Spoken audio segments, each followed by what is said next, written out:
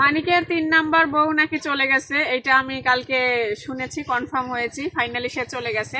তো আসলে চলে যাওয়ার কারণ হচ্ছে 4 দিনের জন্য সে ফ্রি সার্ভিস দিতে আসছিল, তো ফ্রি সার্ভিস দেওয়া শেষ, সেজন্য সে চলে গেছে। আর চলে যাবেই না বা কেন, সে তার রানিং হাজবেন্ডকে বলছে যে আমি আমার মামার বাড়িতে খালার বাড়িতে বেড়াতে যাচ্ছি, এরকম একটা কমিটমেন্ট করে আসছে। তারপরে হচ্ছে নিজের ফ্যামিলিতেও এরকম একটা কমিটমেন্ট করে আসছে যে সে মামার বাড়ি অথবা খালার বাড়িতে বেড়াতে যাচ্ছে। তো যাই হোক, 4 দিনের সফর কিন্তু তার শেষ, আর সেজন্য সে কিন্তু আবার তার বাড়িতে ব্যাক করছে। হ্যাঁ, তো এখানে আরেকটা কথা আছে, যাওয়ার সময় নাকি বলছিল যে আয়ানকেও নিয়ে যাবে, ঠিক আছে। তো এখানে একটু মাথায় ভাইবে দেখেন যে এটা আবার বলার কারণ আছে যে আমি একজনের ওর মানে রিলেটিভ একজনের কাছ থেকে শুনলাম যে বলতেছে আপু ও খুবই মানে চালাক চতুর ধান্দাবাজ, মানে অভিনয়ে সেরা, খুব ও অ্যাক্টিং জানে, ঠিক আছে। তো এইটা বলে মানে মানিকের ফ্যামিলিতে বোঝাইছে যে হচ্ছে ও আসলে রিয়েল। বলতেছে আয়ানকে আমি নিয়ে যাই।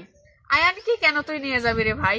তোর যে রানিং, তোর ইয়াং, তোর হচ্ছে কি ইয়া 2 বাচ্চার বাপ, ইয়াং, সুন্দর হ্যান্ডসাম নতুন জামাই যে বিয়ে করলি, হাঙ্গা বইলি। হ্যাঁ, তো জামাইরে বাদ দিয়ে তুই একা গেলি কেন?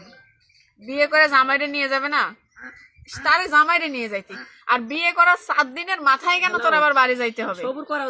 তুই যেখানে পলাই আসছিস, আইসা বিয়ে বইছিস। হ্যাঁ, তো বিয়ে বইসা তুই মাসখানেক থাক, 6 মাস থাইকে না তারপর বাড়িতে যাবি, তাই না? কিন্তু তুই 2-4 দিনে কেন চলে গেলি? কারণ ওই যে বাড়িতে বলে আসছে যে 4 দিনের জন্য মামার বাড়ি বেড়াতে যাচ্ছে, মেন কাহিনী হচ্ছে এইটা, ঠিক আছে। কি বলবো, বলার ভাষা পাচ্ছি না আমি খুঁজে, ঠিক আছে।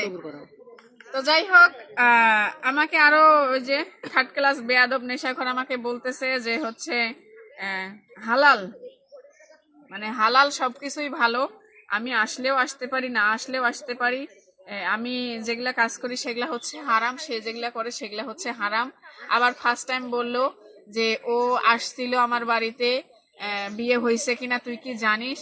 মানে একবার এক এক কথা, একবার আবার ওরাই ফোন দিয়ে আমাকে কনফার্ম করে বিয়ে হয়ে গেছে, ও আমার হাজবেন্ড, ও আমার বউ, আবার ভিডিও টিডিও পাঠাইছে। মানে আবার মনে হচ্ছে ফান্দে পড়ে যাইবো, এই জন্য এখন আবার বলতেছে যে হচ্ছে তুই বিয়ে হয়েছে তুই কি জানিস।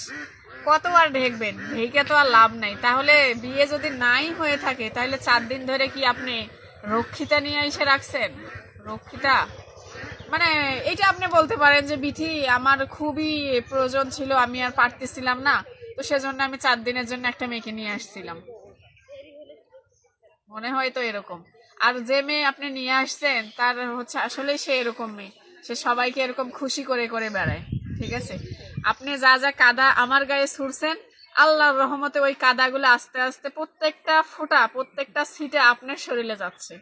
টেনশন নিয়েন না, আরো অনেক কিছু আল্লাহ আপনাকে দিবে।